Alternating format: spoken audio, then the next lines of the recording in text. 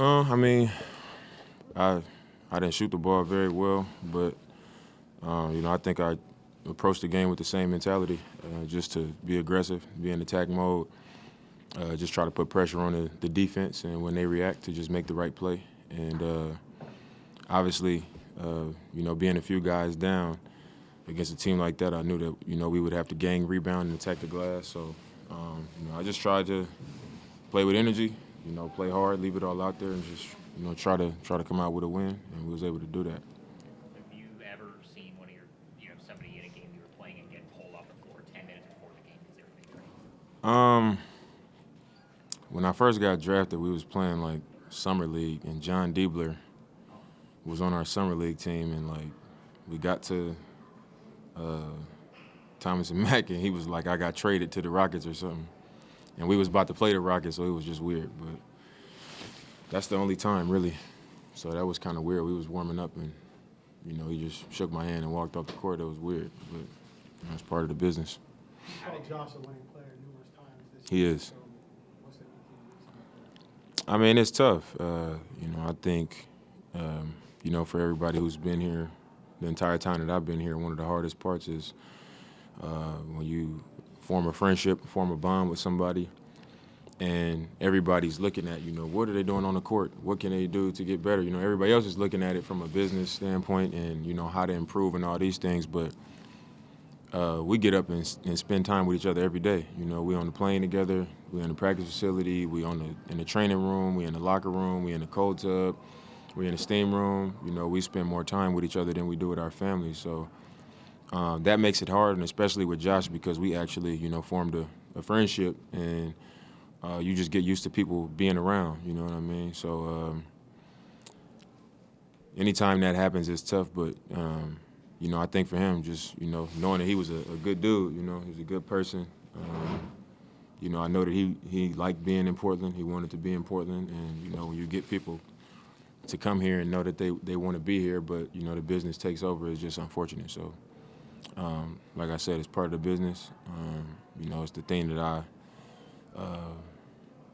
I guess, struggle with the most about it, but it's part of it. And, that's what we sign up for. How do you guys stay focused, on the game when something like that happens 10 minutes before the game tips off? Like you would think that would kind of take the wind out of you guys. How do you kind of stay, focused on? I mean, I tripped on it for a little bit. I was just like, dang. Even going into the tip, I was like, I wasn't just sitting there thinking about it while the game was happening, but it kind of was like, I'm used to a certain substitution pattern or him being on the floor, stuff like that. So I would have random moments of thinking about it, but I think, like I said, man, we just train to go. We professionals, so at some point you just get lost in the game and you just start playing, and I think that's what happened for our team tonight. It's not a win-now trade. Yeah. So how do you kind of process that or look at it? I think, it's one of those things where, we all have been a part of the business, and Josh is a really good player, so you have to know that, he has an option. He's probably going to opt out of the deal that he has now, and you have to assume that he's going to be wanted, on the open market, and it's a chance that you lose a player like that, if you're not able to match that number. So it's either that or, you find an opportunity where, you can position yourself to maybe do something else significant instead of just having a loss, for a significant player. So, I would agree. It's not something where you say, oh, man, that's going to, put him over the top. But, I think it's a game of chess, especially when you're in a smaller market and you're in the position that we were in with this specific situation. So, you got to do what you got to do, and you just got to, trust the process and that we positioning ourselves to be able to do something that can really help us. What kind of impression do you have of Cam Reddish? I've always liked Cam Reddish a lot. Just when I watch a lot of games, and when I've seen him, he's a guy that can shoot the ball. I think he's a legit 6'8", a good athlete. And I've seen him in some matchups against some good players where he can really defend, when he's focused on it. So obviously the talent is through the roof. You know, he's highly touted out of high school, went to Duke.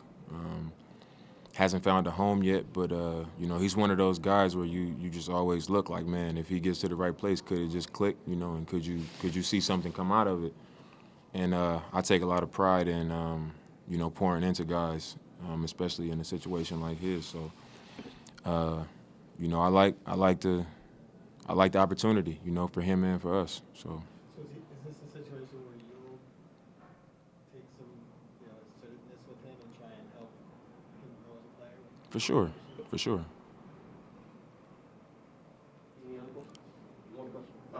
The sequence where you got you went to the basket miss and they got the rebound and put it back in with so many people around you. Can you walk us through how that seems to work and how you're able to finish in those situations, being your size?